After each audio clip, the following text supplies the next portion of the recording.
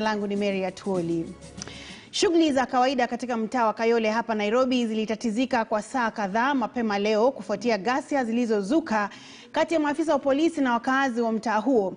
Maafisa wa polisi walilazimika kutumia vitoza machozi kuwatawanya wakazi hao wenye ghadhabu waliokuwa wakilalamikia kifo cha jamaa mmoja ambaye alidaiwa kunaswa na maafisa wa polisi nyakati za kafyu na kisha kuuawa.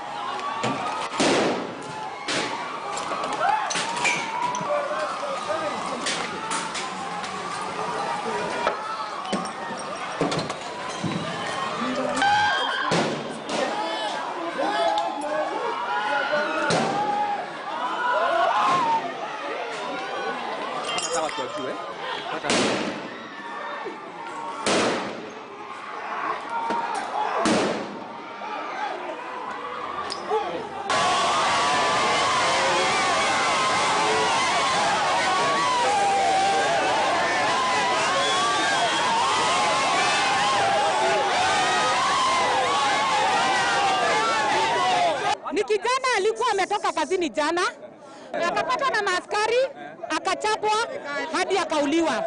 Na to make the matter worse, huyo kijana kabla akufe alisema bibi yake apigiwe simu na akasema mpaka gari yenye hao askari walikuwa wanatumia ya kumfanya nini wale askari walikuwa nayo.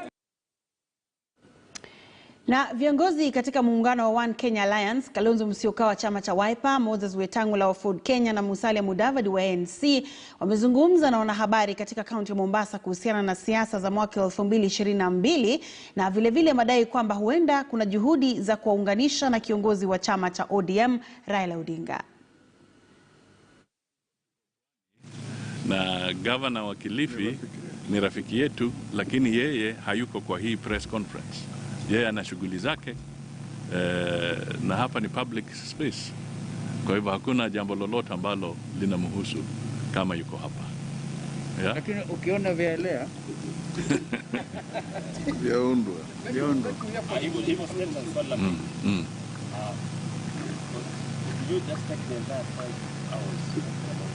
You see, you know when I talk about ethics and being ethical, when you have a conversation with the president, whether it is 5 minutes, or whether it is 10 minutes, or whether it is an hour, you do not distort a conversation with the personality of the president. We are ethical, we are decent people. That is the principle we are trying to put across. So don't put words into people's mouths. I cannot put words into anybody's mouth. At the level we have reached, we must show certain levels of etiquette as leaders and as a people. The conversations we had across the country are such that you must always have etiquette and hold things in confidence. But we have come out specifically because there's a distortion and there's a misrepresentation of the facts by people who are not at the meeting. Thank well you. Done. Asante sana. Sorry?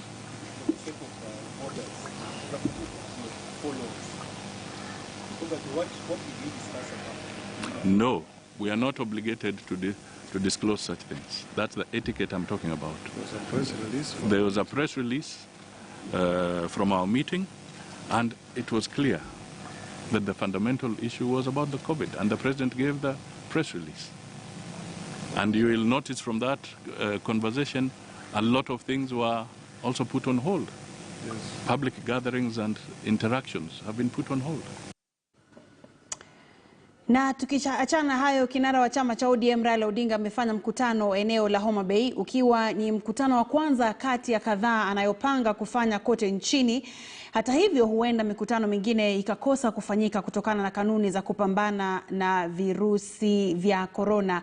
Hebu tuwasikize wana ODM waliokuwa nayo kusema. Jambo la umoja kwa nchi yetu ni kitu ya muhimu kabisa, kwa sababu kama hatuna umoja hatuwezi kuendelea mbele kama nchi. Mnaona jirani zetu vile wanapata shida kwa sababu hatuna umoja. Mwaka wa 2008 mliona ile shida tulikuwa nayo kwa uchaguzi. Tukapoteza watu wetu zaidi ya 1000. Na mgogoro ile yote tumekuwa nayo wakati sisi tuko na kura. Wakati huu tumeamua kama viongozi tuwe pamoja, tuone ya kwamba nchi hii inaendelea mbele kiuchumi, kwa sababu uchumi ndio imekuwa shida kwa watu wetu. Ndio kwa sababu watu wetu wengi hawapati kazi. Hivi ni siku 2 au 3 iliyopita niliona katika runinga msichana wenu wa hapa ako kule Saudi Arabia, anapata shida huko, alitoka hapo kwenda kutafuta kazi pale. Kama uchumi ulikuwa unakuwa vizuri, alikuwa angepata kazi hapa. Juzi nilipokuwa Nakuru nilitoa azimio la umoja, the declaration of unity of the people of Kenya. And I want to begin today by stating that we come here with a message of unity, reconciliation, tolerance, and hope. We said in Nakuru on Tuesday, and we will say it again here. We must cleanse our country of the spirit of anger and bitterness, the spirit of revenge and entitlement. We must continue on a path that reconciles, unites, calms, and stabilizes our country. We must embrace forgiveness and not vindictiveness. We must make compromises and form coalitions and alliances for the sake of the nation. That effort cannot work at the national level when it does not exist in the regions that make up our nation. And so we are here to make a start at home with the assurance that we intend to carry this to the national stage. Our desire to unite our people and the country, the Azimio la Muungano, is a noble and worthy cause. It deserves our support. Nyanza has done very well on the matter of unity, and I want to recognize and thank our people and our leaders for the family spirit that prevails here. The region is cosmopolitan. Different communities have lived peacefully in this region since time immemorial. Even in the most tense of moments in our country, the people of this region have sojourned on fairly peacefully, even when they embrace different political affiliations. We are here to encourage a continuation of this spirit and to strengthen it. But unity can only be as good as the purpose for which it is intended. This time, therefore, we want to explore how to turn the peace into prosperity and economic empowerment of this region. Na wazee huko Mwingi, kaunti ya Kitui, wanalazimika kutembea zaidi ya kilomita 40 kujisajili na bima ya matibabu ya NHIF. Hata baada ya kutembea kwa kilomita nyingi kutoka eneo la Kius, wengi wao huishia bila kusajiliwa. Sasa wanaitaka serikali kuu kuharakisha ama kuwarahisishia kazi ya kuwapelekea huduma hizo karibu na nyumbani kwao, kwani baadhi yao ni wagonjwa na wanyonge na hawawezi kutembea umbali huo.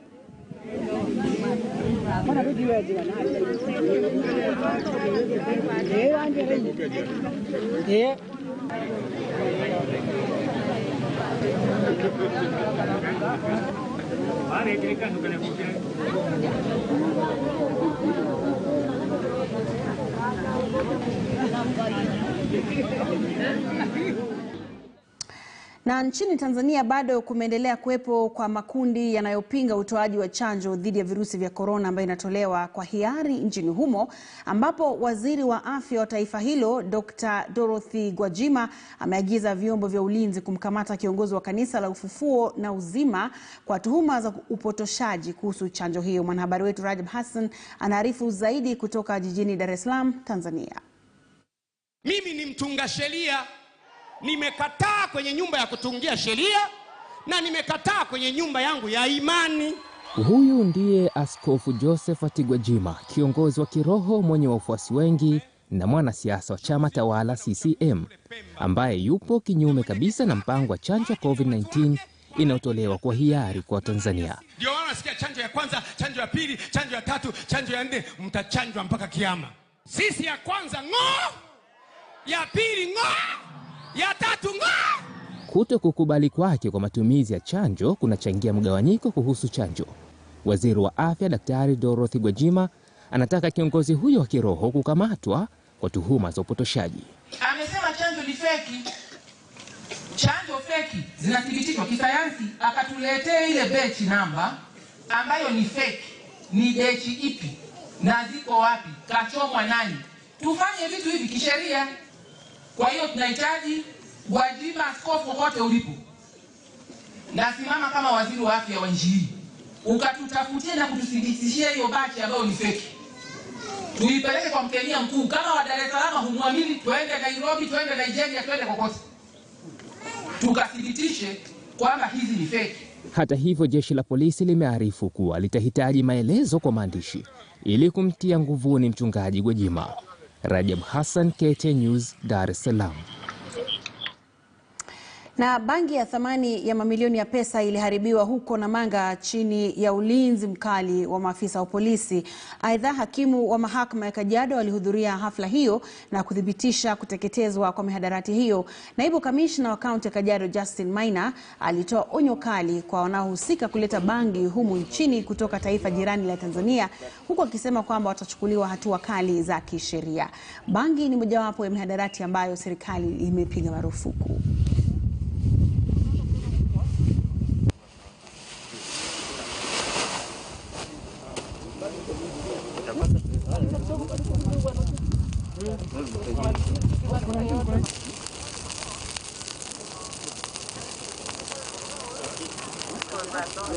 Thamani ya hiyo bangi tumechoma hapa ni zaidi ya shilingi milioni 300,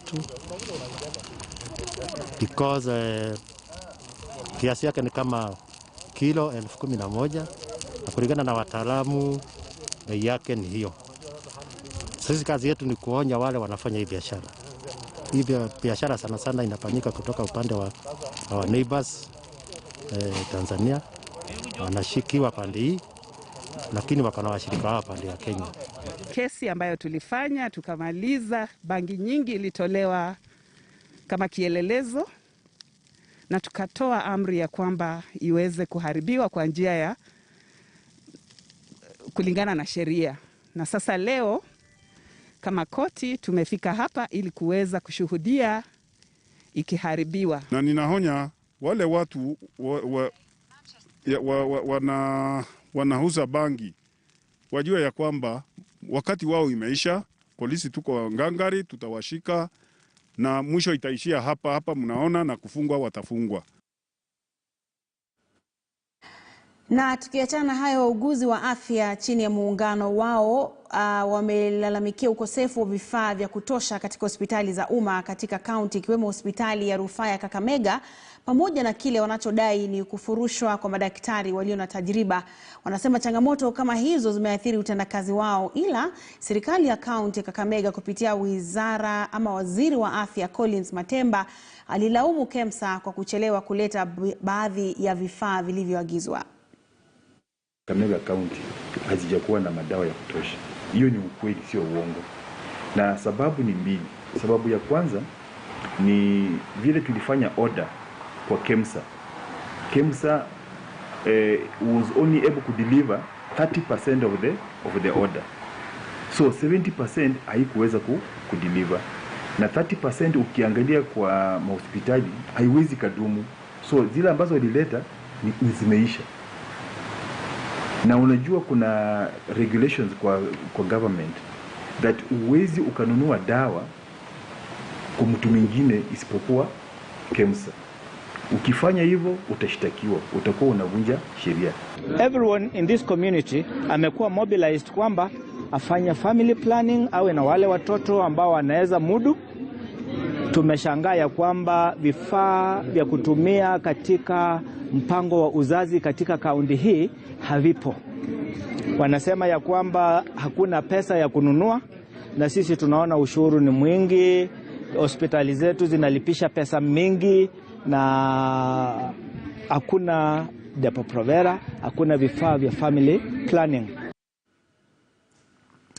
Afisa mkuu mtendaji wa shirika la habari la The Standard Media Group, Orlando Lyomu, amesema kwamba shirika hili litaendelea kushirikiana na taasisi za kiufundi haswa kuendeleza ujuzi miongoni mwa wanafunzi. Bwana Lyomu amekuwa katika chuo anuai cha Kenya Coast National Polytechnic ambapo walikuwa na kikao na mkuu wa chuo hicho Ann Mbogo, ambaye amesema kwamba chuo hicho kipo tayari kushirikiana na The Standard Group. Standard Group, when we come here, of course, we've been very vocal and articulate around the subject of TVET institutions and the whole space. And I think and believe that our role and our participation over the years has contributed immensely to bring some of the benefits we are seeing. I know about maybe between 5 and 10 years ago, probably enrollment of the kind of numbers you've been talking about would have been a challenge. And of course you have to advertise a lot. There's a lot of space and a lot of room for us to come together as institutions, as different teams, and see how do we evolve as the environment also evolves. How do we package our different strengths to come together. That is where we are as Kenya Coast, and we are happy to support TVET in this particular country and beyond. Yes, so as our partners, we want you to move with us. We collaborate and come up with an MOU where we can be able to inform Kenyans. When it comes to the big four, what is the TVET doing? Where are we in terms of housing, affordable housing? Is every Kenyan able to afford a house, a roof over their head? Is every Kenyan able to be food secure? Maafisa wa polisi, machifu, walimu, wanafunzi na wahudumu wa bodaboda katika kaunti ya Kakamega wamejitokeza kutembea nyumba kwa nyumba kwa lengo la kuhamasisha jamii kuhusu visa vya mimba za mapema kwa wasichana wadogo. Hii ni baada ya takwimu kuonyesha kwamba kaunti ya Kakamega ni ya pili nchini baada ya kuandikisha visa 14,795 vya wasichana wenye umri mdogo waliopewa mimba kuanzia kuzuka kwa korona. Kulingana na shirika la utafiti wa AFIDEP, kaunti ya Nairobi inaongoza kwa wasichana ambao wamepata mimba ikifuatwa na Kakamega. Hatutaki kupata ya kwamba mwanafunzi yeyote amepachikwa mimba na mwanabodaboda. Na ikiwa anaweza patikana, ni onyo kali sana. Mimi sitamspea hapa na hata waifanya kazi ya bodaboda pengine Kenya mzima. Watoto wakiwa adolescent stage wanakuwa na mambo mengi, so it is your responsibility kama wasasi kujua ukiwa na mtoto na angali kwa hiyo stage ujue ako wapi na anafanya nini. Ikiwa kuna mtoto kwa bahati mbaya amepata mimba, huyo mtoto anastahili tupate ripoti mara moja kwa ofisi zetu, na wazazi watueleze ya kwamba mtoto wao amepata shida ya mimba. Yule ambaye amemdhulumu tumfuatilie sana hadi kotini ili sheria ichukue mkondo wake. Kama utapatikana, hiyo itakuwa life sentence au miaka sio chini ya 25 years. Ningependa kuwashauri vijana wenzangu na waliopata mimba wakaweze kuabstain, na wakikuwa na tatizo lolote wakaweze kushauri wazazi wao ama wakaweze kushauri yule mtu mwenye wako close na wao. Muache na hii mambo bwana. Ure ndo wafunga tu. Mimi hakuna hata mtu anijua hapa, si wote. Lakini ukiteresa pronda kuwai na kupandika watoto wenyewe mimba. Haya. Mradi wa kuweka vijiji kwenye makundi kaunti ya Tana River ulioanzishwa na gavana Dadho Gonana unatarajiwa kusaidia kutoa suluhu ya matatizo ya kila mwaka ya mafuriko na kiangazi. Mradi huo wenye gharama ya shilingi bilioni 3.5 kwa wakazi ambao wanaishi maeneo ya nyanda za chini yanayokabiliwa na mafuriko ya mara kwa mara unanuia kuhamisha zaidi ya vijiji 48 vilivyo na zaidi ya wakazi 200,000. Alipozuru kundi la handa mpya linaloendelea kujengwa, gavana Godana aliyekuwa ameandamana na kinara wa ODM Raila Odinga alielezea kwamba mpango huo utaleta suluhu ya kudumu ya tatizo la mafuriko na kiangazi. Up with this concept of the Eco Village Cluster program, where the planning is to appreciate all the values that we can be able to take advantage of. So this is one of the model villages where services have been consolidated, and we are looking forward to effect all the components of under the village cluster program or urbanization. Tunafurahishwa sana na miradi ambayo tumeona hapa Tana River. Hii ya kujaribu kusaidia wananchi ili waweze kujenga manyumba ya kisasa, wawe na mikao na vile vile wawe na ardhi ambayo ni yao, na kuzuia mafuriko ambayo kila kwa mara inakuwa shida, si eneo hili ya Tana River peke yake, lakini eneo zingine ya nchi yetu. Ukaenda kule pande ya Marsabit, uende huko pande ya Turkana, huko pande ya Nyanza, Western, hata Central, kila mahali tunakuwa na hii janga ya mafuriko. Mashirika ya kijamii kutoka kaunti za Isiolo, Marsabit, Samburu na Baringo sasa wameahidi kupigania mchakato wa usajili wa ardhi ya kijamii katika eneo hilo. Kwenye hafla ambayo iliwaleta pamoja wawakilishi wa mashirika hayo mjini Isiolo, mashirika hayo yamesema kwamba hali ya kutoungwa mkono na wanasiasa imekuwa kizingiti kwa jamii hiyo kufanikisha mchakato wa usajili wa ardhi yao. Jamii zetu ambazo zinaishi katika jimbo hizi zimeweza kuwa na changamoto nyingi kuhusiana na mambo ya ardhi. Kwa hivyo tumeona kwamba ni vipi tunaweza kuhighlight the key issues ambazo zinatoa affect around land na zile recommendations na mambo ya historical injustices ambayo imeplay a big role around land issues, na tumeweza kuafikiana kwamba ni muhimu ile the TJRC report iweze kuwa implemented to the letter.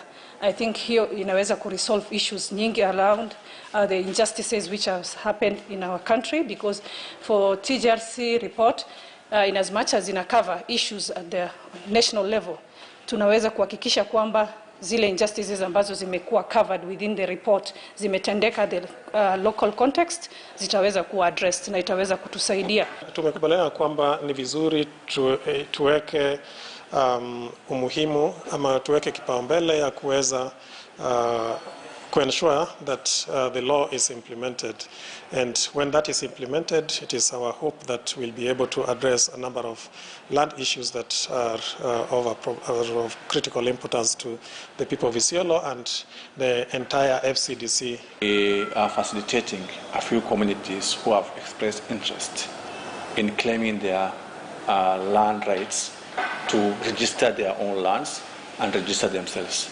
And we have made some steps, and we are hopeful towards the end of the year some communities would have presented their claims to the registrar so that processing of their title is made possible. Na mtazamaji, tupate mapumziko mafupi mno na kisha tarejea na taarifa zaidi, usiende mbali.